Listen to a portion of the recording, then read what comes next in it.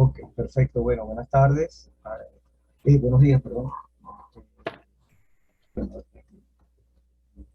vamos a comenzar la presentación. Pero yo quería antes precisar algunos puntos, ¿no? Con relación al proyecto, eh, que bueno, el propio señaló que es un proyecto del CENDE, en realidad es un proyecto que trasciende el CENDE, es un proyecto interinstitucional.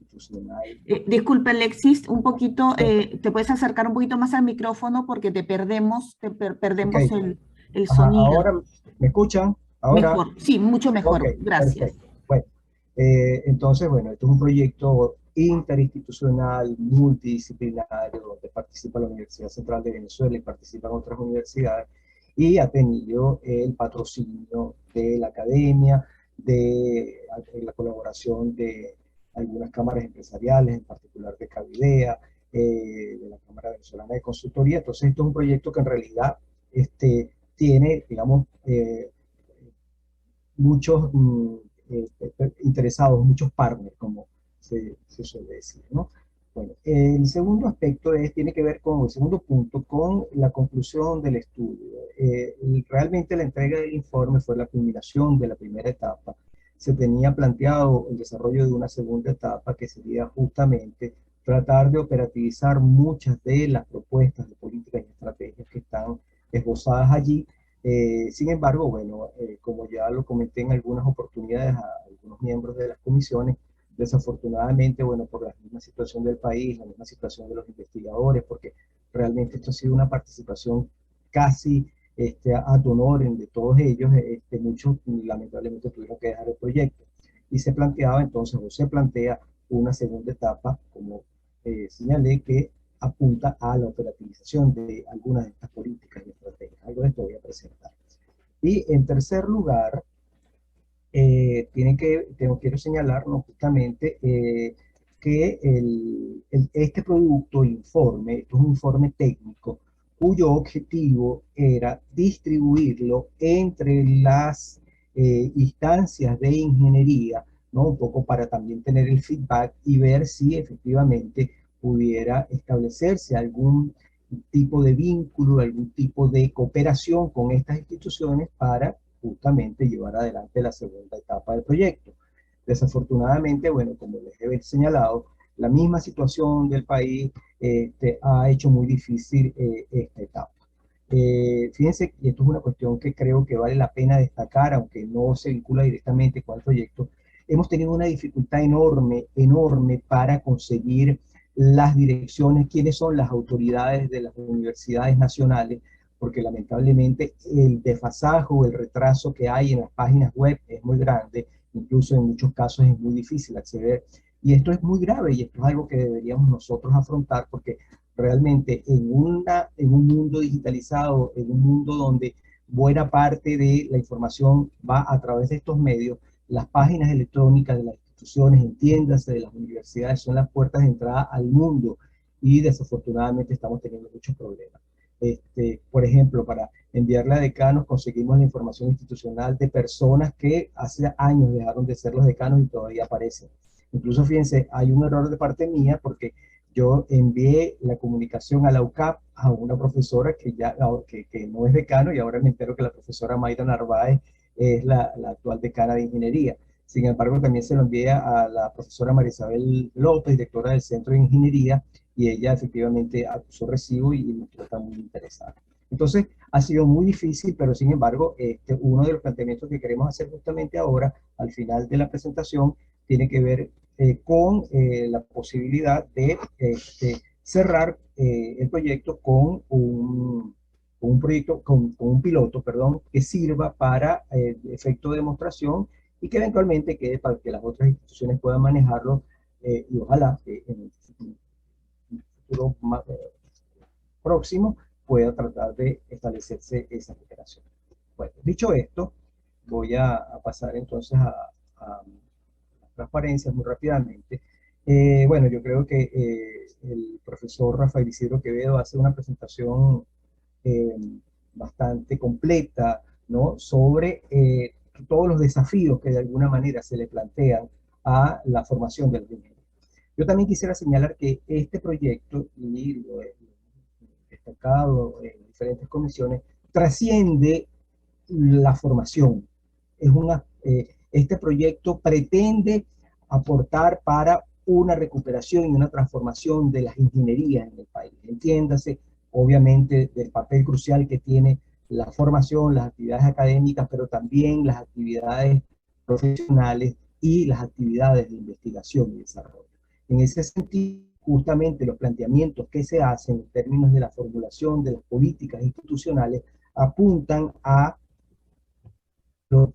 las transformaciones que deben generarse en estos diferentes ámbitos, ¿no? No puede pensarse, como lo señala el profesor Quevedo, una actividad formativa desvinculada de la investigación y desarrollo, pero incluso no puede desvincularse de los requerimientos, de los problemas y de las necesidades que confrontan las unidades productivas, las unidades de servicios, como efectivamente está mostrándose en las transformaciones que se observan a nivel global, esa imbricación y esa participación, ¿no? Y esa corresponsabilidad de los actores más allá de las instituciones. Como dijo el profesor Rafael Isidro Quevedo, ¿no? Obviamente tenemos que superar esas visiones intramuros que definitivamente han caracterizado a la Universidad de Venezuela.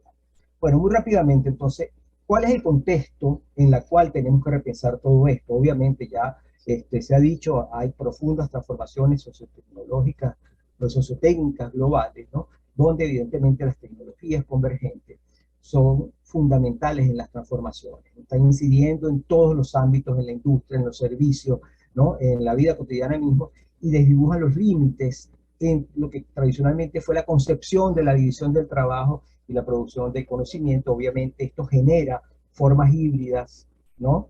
En las que se fusionan culturas técnicas, económicas y sociales. Y eso va un poco con lo que señalaba el profesor Quevedo. Obviamente esto tiene que incidir en la transformación de la formación de los ingenieros. Obviamente tenemos importantes disrupciones tecnológicas, ¿no? Esto está propiciando el surgimiento de nuevas industrias, replanteando nuevamente las concepciones disciplinarias tradicionales que existen en la ingeniería. Como ya señalé, se replantea una división del trabajo y todo esto está permeado de manera muy importante con lo que son las tecnologías de la información, la comunicación, la microelectrónica, que tienen una preeminencia, ¿no? Las tecnologías digitales tienen una preeminencia como ariete de la transformación de todas las demás actividades. Bueno, rápidamente, esto es los cambios de manera gráfica. Obviamente se desdibujan los sentidos y las lógicas que existían, que la producción era en la fábrica, que la distribución eran los establecimientos comerciales y que el consumo se generaba a través de la participación directa de los establecimientos comerciales y en el espacio público, ¿no? Obviamente esto estaba caracterizado por tecnologías que eran intensivas en capital, sistemas físicos, ¿no? Y podemos denominar que eran sistemas tecnológicos discretos. Obviamente hay una transformación, estamos hablando de que ahora hay un desdibujamiento de las fronteras, ya no se sabe si la producción ocurre en la fábrica, ocurre directamente en el establecimiento comercial, el consumo. Fíjense que todas estas nuevas formas de distribución hacen que desaparezca la noción del establecimiento comercial. Todo esto va adquiriendo más un perfil digital con todas las consecuencias positivas y negativas que pueda tener. Obviamente esto genera una disminución en los costos de transacción y puede generar aspectos positivos como una disminución de lo que pudiera ser el impacto ambiental, siempre y cuando efectivamente hayan lógicas de desarrollo de la sustentabilidad. ¿Cuál es el impacto que tiene esto? ¿Cuáles son las transformaciones de la ingeniería? Muy rápido, porque ya muchas de estas cosas las mencionó el doctor Quevedo. En la formación, las concepciones disciplinarias dan paso a estructuras multidisciplinarias. Ya hoy día es muy raro escuchar ingeniería química, ingeniería eléctrica, ingeniería electrónica. Hoy día hablamos o se escucha de ingeniería aeroespacial, ingeniería de la energía, ingeniería biomédica. Entonces, esto nos está hablando que ya definitivamente los espacios compartimentalizados de la ingeniería están dejando de ser. Y obviamente esto plantea una serie de desafíos importantes para la formación en la ingeniería. Aquí a la mano izquierda tenemos cuáles son los 8 elementos claves que van a ser considerados, que están siendo considerados para la formación del ingeniero en el año 2030, muchos mencionados por el doctor Quevedo, que combinan justamente el rigor, en el conocimiento de la ingeniería, en la formación básica, pero con una serie de elementos que van a ampliar, ¿no?, esa visión del individuo, del ingeniero, de su actividad y de el universo, ¿no? Entonces, bueno, la mentalidad, el aprendizaje, todas estas cosas que mencionó el doctor. Obviamente, esto implica que la formación tiene que ser, como ya señalé, pensada extramundo. Tiene que haber una interacción con actores más allá del sistema, que es crucial para explicitar requerimientos y participación en la elaboración de los diferentes programas de formación, de capacitación y de investigación y desarrollo. Obviamente esto implica transformar los espacios de formación. No podemos seguir pensando en los espacios intramuros. Buena parte de la formación estar fuera de las aulas y de las nociones disciplinarias tradicionales como la señal. Y esto implica entonces el desarrollo de un pensamiento, perdón, de un aprendizaje transdisciplinario. Bueno, en la práctica profesional, obviamente requerimos un profesional que sea capaz de responder a todos estos desafíos. En términos de conocimiento, como se indica allí, aparte del dominio de los fundamentos básicos, ¿no?, tiene que dominar algunos otros elementos, en particular de las tecnologías convergentes, de las tecnologías digitales. Así que podemos tener un ingeniero agrónomo o tenemos un ingeniero en el área de mecánica, en el área de química, pero estas personas necesariamente tienen que tener herramientas, tecnologías digitales, inteligencia artificial, big data, manejar todas estas cosas, porque estas áreas o estas subdisciplinas son impulsos transversales de la información.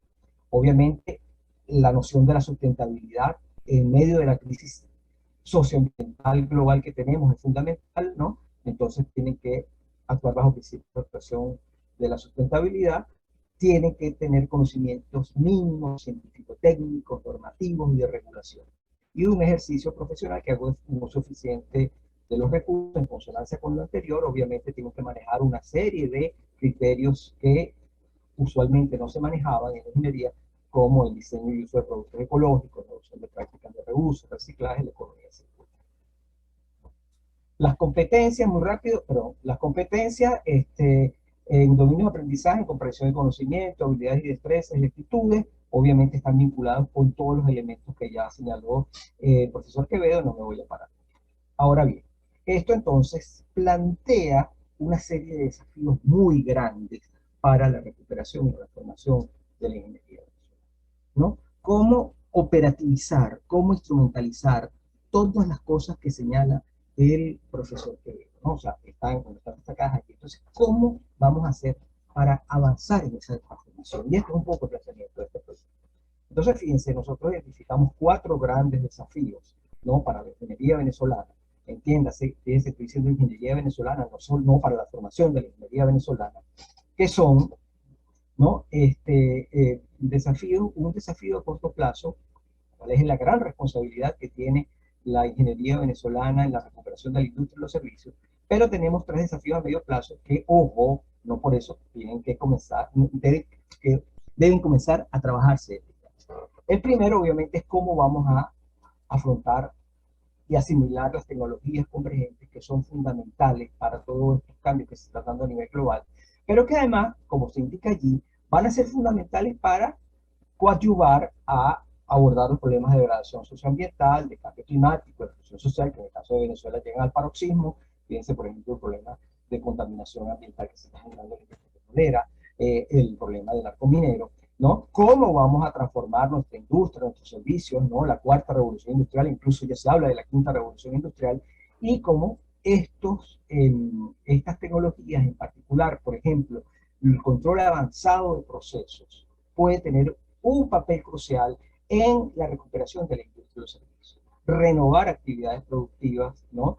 Instalaciones que están allí que se pueden, digamos, reactivar, cambiando muchísimos elementos, digamos, de los procesos con la ayuda del control avanzado de procesos. Ayer en la reunión de la Comisión de Tecnología e Industria, el doctor Baral decía que él viene avanzando, haciendo un trabajo extraordinario con los estudiantes. Realmente me impresionó porque incluso de las conversaciones que hemos tenido ha tratado de incorporar algunos elementos fundamentales de estas transformaciones, y una de las cosas que se destacó es que si hay algo que se debe avanzar e incorporar decididamente en la formación y en las actividades de asistencia técnica, investigación y desarrollo, es el problema de control avanzado del proceso. Bueno, entonces, muy rápido, el proyecto, algunos, la mayoría de las personas lo conocen, pero básicamente tenía como objetivo diseñar políticas y estrategias institucionales para recuperar e impulsar las capacidades de formación e investigación y desarrollo de las ingenierías en las instituciones de educación superior, concibiendo estas instancias de ingeniería como espacios que interactúan e intercambian información, dan formación con otros actores de la sociedad, que no es un sistema como el que tradicionalmente estamos acostumbrados a observar, ¿no? Mucho más interactivo, y eso evidentemente plantea enormes desafíos de transformación. Entonces, evidentemente, como ya señalé, ¿cuáles son los desafíos? Bueno, la recuperación de la actividad industrial, la incorporación del país a la cuarta o a la quinta revolución industrial y la degradación socioambiental. Bueno, metodología, muy rápido, sí, se repartieron cuestionarios, hubo consulta a expertos, talleres, incluso en algunos participaron algunos miembros de la academia, Eduardo participó en algunos de los talleres, ¿no? Y eso nos llevó entonces a identificar las variables que caracterizaban el sistema, ¿no? Que en este caso es la ingeniería en la educación superior y su jerarquización. Son 65 variables que caracterizan el sistema y se realizó en diferentes talleres, intercambio de la selección de las 22 más relevantes para la evolución del sistema, y con ella se realizó un análisis estructural, ¿no? El análisis estructural sirve para determinar la importancia y el desempeño de las variables en la evolución del sistema. Bueno, esto de manera muy rápida es el resultado, son las variables influyentes, las que están en la parte de arriba son las variables que son determinantes en el funcionamiento del sistema. De estas 22 variables, entonces, son 10 variables con las cuales, en las cuales se puede pensar en la formulación de políticas y de estrategias institucionales para comenzar a avanzar en la transformación de la ingeniería. Dos variables influyentes que son, digamos, las que tienen más peso en la transformación del sistema, ¿no? Que son la gestión universitaria flexible y eficiente y la gestión del talento humano. Y aquí hay un hecho que es altamente relevante, y disculpen que insista nuevamente en esto. Ok, sin duda requerimos, ¿no?, de una recuperación muy importante del financiamiento, ¿no?, de la infraestructura para avanzar en la recuperación de la ingeniería. Pero muchas de estas políticas, ¿no?, son competencias de las propias instancias de educación superior y de las instancias de ingeniería. Y esto es un punto importante, porque podemos, digamos, acciones que emprendamos aún en las circunstancias tan difíciles en las que estamos, ¿no?, avanzar en este proceso de transformación. Entonces, bueno, las variables a considerar para la formulación de políticas y estrategias institucionales son las siguientes, como ya mencioné. Dos altamente influyentes, determinantes de funcionamiento, la gestión universitaria flexible y eficiente, la gestión del conocimiento. Tres variables clave, que llaman reguladoras, que condicionan de manera importante el funcionamiento del sistema, que es, fíjense, participación de diferentes actores en la formación y la capacitación. Actores externos, ¿no? Dos, formación en la frontera tecnológica, y fíjense que esto se vincula con los desafíos, ¿no?, tecnologías convergentes, cuarta, quinta revolución industrial. Y tres, gestión del conocimiento, como muy bien lo detalló el profesor Quevedo. Okay. Una variable de riesgo que paradójicamente, disculpen que vuelva aquí atrás, es de altísimo riesgo, ¿no? O sea, es muy influyente, pero a la vez muy dependiente, y es clave, pero hay que manejarla con mucho cuidado para el funcionamiento del sistema, que es pasantías en la industria. Fíjense que algo que aparentemente no sería muy determinante puede jugar un papel muy importante en este proceso de transformación. ¿Y por qué? Porque puede ser un mecanismo que integra requerimientos de formación, requerimientos de asistencia técnica, de investigación y desarrollo en la industria, y los requerimientos o las necesidades que puedan tener las instituciones de educación superior. Creo que ahí hay un elemento bien importante que nos plantea repensar radicalmente la noción de pasantía. Y luego tenemos cuatro variables blancos u objetivos, ¿no?, que son dependientes y medianamente influyentes, las otras que estaban arriba en la parte superior, que sobre las cuales se puede comenzar, se puede trabajar directamente para modificar positivamente su comportamiento en el sistema, y obviamente coadyuvan a mejorar el sistema, que son la formación integral, ¿no?, y la capacitación en el desarrollo sustentable. Fíjense que esto es algo muy importante. Perfil de formación transdisciplinario, que también fue mencionado por el profesor Quevedo.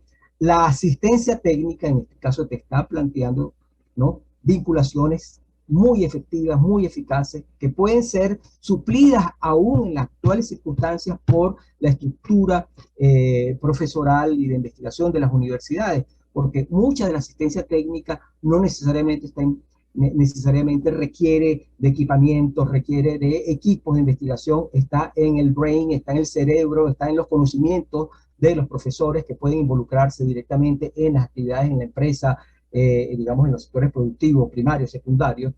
Y una cuarta que es investigación, desarrollo e innovación en tecnologías maduras. ¿Por qué, señores? Porque, bueno, tenemos que recuperar esta planta industrial que sin que nosotros efectivamente tengamos la producción de bienes, obviamente en todas nuestras industrias, en este parque industrial, definitivamente no puede pensarse en una recuperación del país. Bienes tangibles, que eso es otro de los grandes mitos que se vienen manejando, ¿no?, con relación a las TICs, a todas estas cosas que efectivamente tienen un efecto dinamizador, pero señores, fíjense el caso de Europa a raíz de la pandemia y el caso y lo que está confrontando en este momento con la guerra de Ucrania, con la guerra de Ucrania. Acceso a suministro de materiales intermedios, ¿no? Y eso le está haciendo replantearse completamente, ¿no?, su papel en la recuperación de la manufactura. Entonces la manufactura va a seguir siendo algo muy importante y nosotros no podemos olvidar eso, sobre todo para la recuperación. Entonces, dicho esto, hay cómo pensar las políticas. Esto, como ustedes podrán imaginar, implica políticas en tres grandes ámbitos. Políticas que se dominan en el entorno, de acuerdo a la metodología, que obviamente serían correspondencia del Sistema Nacional de Ciencia, Tecnología e Innovación, que son generales, que son del Estado, que volvería a ser del Ministerio. Entonces, obviamente, por aquí, la cosa en este momento no, como que no funciona, ¿no? O como que no funciona. El contexto específico de las instituciones, que serían las políticas a nivel, las grandes políticas, los grandes lineamientos de las universidades, y a nivel, y el ámbito interno a nivel de las estrategias institucionales, que tendría que ver directamente con las instancias de ingeniería. Y entonces el planteamiento eh, para nuestros objetivos es en qué ámbitos podemos hacer esta intervención y cómo seleccionar las políticas. Bueno, esto es lo que está en el estudio. En el estudio se identifica, fíjense que obviamente hay identificadas muy pocas políticas del Sistema Nacional de Ciencia, Tecnología e Innovación, porque obviamente la posibilidad de incidir sobre él es poca. Luego, políticas institucionales, generales de las instituciones de educación superior, hay un número importante, pero hay un importante número de estrategias institucionales. Esas estrategias institucionales se pueden implementar desde las instancias de ingeniería, pero tienen que presionar a las instancias de gobierno, ¿no?, que obviamente se tienen que adelantar transformaciones para poder hacer que éstas sean efectivas. Me explico. Podemos introducir o podemos pensar cambios en las pasantías en la industria, pero si tenemos una gestión institucional paquidérmica como la que muestran la mayoría de nuestras universidades nacionales, ¿no?, que efectivamente más bien ponga cortapisas a lo que es, porque la visión de la pasantía tiene que ser esta y esta, o sobre todo, por ejemplo, imagínense, la participación de actores externos en la definición de programas de formación, de capacitación, investigación y desarrollo, ¿no? Obviamente, las estructuras pueden poner camisas de fuerza, entonces eso hay que plantearlo de manera muy clara. Se pueden plantear estrategias institucionales, pero presionando para que haya transformación institucional. Necesariamente, señores, tenemos que hablar de la transformación institucional, pero obviamente esto es algo que tiene que realizarse desde abajo, bottom up, de abajo hacia arriba. Y entonces, si hay una buena actividad en las estrategias institucionales, creo que podemos comenzar a generar cambios. ¿Cuáles son las políticas y estrategias esbozadas? Muy rápidamente, bueno, fíjense, la gestión universitaria flexible y eficiente, las estrategias institucionales, destacamos en azul las que nosotros nos parecen plausibles, pero el ejercicio va a implicar, ¿no?, un ejercicio que voy a indicar más adelante, que se identifiquen de manera precisa, ¿no? Entonces, fíjense que, por ejemplo, las políticas institucionales obviamente, no estamos pensando mucho en ellas porque pensar que se va a implementar de un día para otro un sistema de gestión universitaria flexible y eficiente no es realista, aunque es fundamental una redefinición de los criterios de la carrera académica y del escalafón docente, pero eso lleva tiempo. Entonces, nos concentramos más en las estrategias institucionales. Por ejemplo, propiciar la conformación de redes interfacultades para ofrecer programas de formación conjunto, desarrollar proyectos colaborativos, programas institucionales para optimizar el aprovechamiento de recursos, programas de egresados embajadores, formular y mantener el plan institucional y definición de estrategias para búsqueda de financiamiento. Esto es la parte de gestión universitaria. En la gestión del talento humano, aquí, bueno, fíjense que obviamente aparecen políticas muy importantes del Sistema Nacional de Ciencia, Tecnología e Innovación, pero sobre esto no se puede incidir. Bueno, pero sí en el ámbito de las políticas de la educación superior se puede plantear una revisión de las políticas de convenios con universidades de la historia de la docencia e investigación, que sea mucho más ágil, mucho más flexible, y programas de contacto con investigadores, que efectivamente se promueva desde las instancias directoras de las universidades, programas de contacto, ¿no?, con investigadores venezolanos del exterior para integrarlos mediante acuerdos colaborativos. Y en el ámbito de las estrategias institucionales, entonces producen estímulos adicionales al personal existente que podrían surgir justamente de la colaboración con la industria, colaboración con los servicios, contribuir a la formación de la generación de relevo, evidentemente, promoción de acuerdos de cooperación nacional e internacional directos para apoyar el desarrollo de la docencia, la investigación. En las otras variables que son, digamos, las que les nombré, que son influyentes, bueno, ahí también hay una serie de políticas y sobre todo las estrategias institucionales. Muy rápido, por ejemplo, la participación de los diferentes actores en la formación y capacitación. Esto es una de las variables clave de todo eh, el análisis que se hizo. Obviamente hay que pensar en una normativa para que el diseño de los programas de formación y capacitación se pueda realizar conjuntamente con la industria y otros sectores de la sociedad. Abrir eso. ¿Existe o no existe? Bueno, pero ya sabemos cuál es, digamos, esa tendencia muy conservadora de nuestra universidad. Pero a nivel de las estrategias, mira, sí, se puede obviamente una incorporación de la industria de los servicios en la discusión, elaboración de los planes de estudio. Mira, yo en la materia tal se puede dar esto, o cómo podemos optimizar esto para que sea mucho más efectivo, haya mucho más interacción. Una participación activa de la industria de los servicios en la formación, ¿ok? Participación activa de la industria de los servicios y las comunidades en programas de capacitación.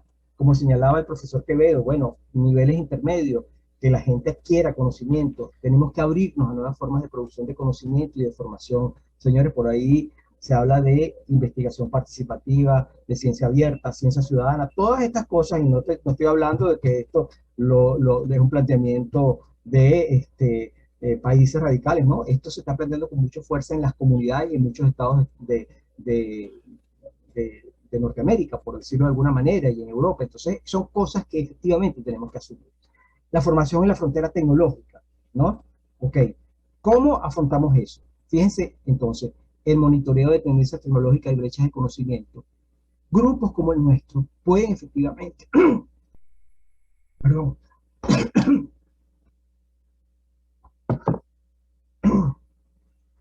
pueden ayudar en eso, revisión, actualización de los programas de estudio, alianzas con empresas para formación y capacitación. Esos son todos, por ejemplo, algunos ejemplos. Y por último, las variables blanco, como está indicado allí, entonces, como les señalé que se puede trabajar directamente en ella, fíjense entonces que hay una lista que puede ser actividades que pueden irse implementando, incluir la sustentabilidad de los PENSA, formación y sensibilización de los docentes en la parte de desarrollo sustentable, en la formación transdisciplinaria, la formación por competencias, que ya se viene adelantando en muchas universidades, promover investigación transdisciplinaria, articular la formación, proyectos de esta característica, por ejemplo, ¿no? Proyectos que hagan evaluación de sectores industriales con requerimientos, por ejemplo, en la parte, fíjense, en la industria de alimentos, que abordan los problemas tecnológicos, los problemas de gestión, los problemas de inocuidad, calidad, todos estos elementos, los problemas ambientales. Esto implica justamente crear esos espacios y es un requerimiento, son necesidades que van a surgir, que están surgiendo y que van a surgir con mucha fuerza en los procesos de recuperación. Entonces, ¿cómo afrontarlos y cómo sacar provecho de esto? La asistencia técnica, como les indiqué, obviamente tenemos que diseñar una oferta de servicios, ¿no?, de asistencia técnica que podemos ofrecer partiendo de los requerimientos y de las demandas de la industria. Y por eso entonces esto tiene que ser interactivo, tiene que ser colaborativo con la industria, con los servicios, con los productores básicos, en el caso de lo que son las actividades agropecuarias, la ganadería. Identificar brechas de capacidades, obviamente vincular las pasantías, fíjense, y esto último es importantísimo, vincular las pasantías industriales a la asistencia técnica. O sea, nuevas formas de hacer las cosas. Y por último, la investigación y desarrollo de las tecnologías maduras, proponer proyectos de investigación a partir de problemas que puedan ser identificados mediante la asistencia técnica. Voy, doy asistencia técnica, señores, se puede formular un proyecto. Y esto no es ilusión. Nosotros pudimos hacer algunas de estas cosas cuando estuvimos al frente del Centro Nacional de Tecnología Química, que era un organismo interfase que justamente proponía el abordaje de problemas de la industria a partir de la identificación de problemas, incorporando grupos de la universidad. ¿Okay? Bueno, acuerdos con industria para recuperar y compartir equipos para el diseño de procesos. Ahí yo tengo un ejemplo de César Martín, que fue durante muchos años director de Corporación Grupo Químico, donde él me indicaba que los reactores piloto de INTEQUINS estuvieron abiertos para las prácticas de docentes de ingeniería química y ingeniería eléctrica de la Universidad de Carabobo, y se desarrollaron cosas concretas. Entonces, o sea, hay elementos que sirven de efecto de demostración para detectar las cosas.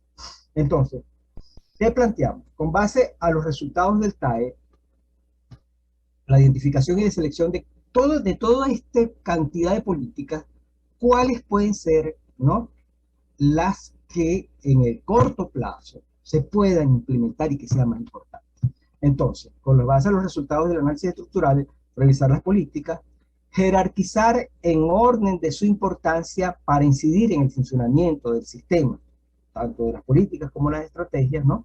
Entonces, con estos valores muy alta, alta y media. Luego, el otro elemento, importancia y viabilidad. Establecer la viabilidad de implementación en función de las condiciones y las posibilidades de incidir en los diferentes ámbitos, y combinar los dos criterios para identificar las políticas y las estrategias a implementar. Entonces, implementación, proyecto piloto, en eso estamos trabajando justamente ante la imposibilidad de hacer que esto pudiera tener algo de mayor alcance por todas las limitaciones presupuestarias, de recursos humanos. Nos estamos conformando con un proyecto piloto, disculpen. Entonces, las políticas y estrategias que se ubiquen en las clasificaciones más altas, ¿no? 3A, 3M y 2A, serían sobre las que se debe procurar implementar, ¿no? Y seguidamente, entonces, tratar de identificar las relaciones entre las diferentes políticas y estrategias. ¿A qué me refiero? Identificar las políticas y estrategias de toda esta constelación que están planteadas ahí arriba, que pueden ser vistas como opciones políticas de las variables más influyentes, hacer la selección del mix de políticas y hacer el ejercicio mínimo de formulación, que es la implementación del piloto. Entonces, justamente en este momento, vamos a hacerlo con la Facultad de Ingeniería de la Central, estamos estamos tratando de optimizar lo que es el ejercicio que vamos a hacer, y entonces seleccionar un grupo de profesores e incluso personas de la industria y de los servicios para tratar de identificar cuáles son esas políticas y avanzar en su formulación, que se formule. Bueno, luego, ojalá, entonces vendría una etapa en la cual es cómo vamos a implementar esas políticas formuladas. Bueno, vamos a ver, pero lo importante es que estén formuladas. Entonces, bueno, como les digo, este es el esfuerzo que estamos haciendo en este momento. Está concluida la primera etapa, y quisiera hacer también un último señalamiento, ¿no?, con algo que indicó el doctor Burós. Nosotros pensamos, como les indiqué, este primer producto es un informe técnico. La elaboración de un libro, obviamente, sería extraordinario que fuera una coedición, ¿no? Una coedición para una coedición para en la cual participara la academia, sin duda, ¿no? Sería algo realmente extraordinario. Nosotros, obviamente, por las mismas limitaciones, hicimos un redimensionamiento de un esquema, de un índice tentativo que teníamos. Déjame tratar de mostrarlo acá. Un momentico, déjame tratar de mostrarlo. Este, uh, -huh. Este es lo que estamos planteando como un libro, pero obviamente esto lo estaríamos pensando para el segundo semestre. En este momento estamos trabajando en 3 artículos que nos ofreció la revista Espacio. Es más, la revista Espacio, que dirige de manera extraordinaria el licenciado Renato Valdivieso, va a hacer un número específicamente sobre la licenciatura de ingeniería y vamos a publicar 3 artículos sobre él. Pero entonces el libro, lo queremos dejar entonces para el segundo semestre, tiene todos estos contenidos y obviamente la idea es que lo trabajemos colaborativamente, ¿no? Y que sea una coedición entre la academia y la universidad o las universidades. Eso creo que sería definitivamente algo que consolidaría los espacios colaborativos que, insisto, son de extraordinaria necesidad en este momento. Bueno, gracias, disculpe si me extendí demasiado.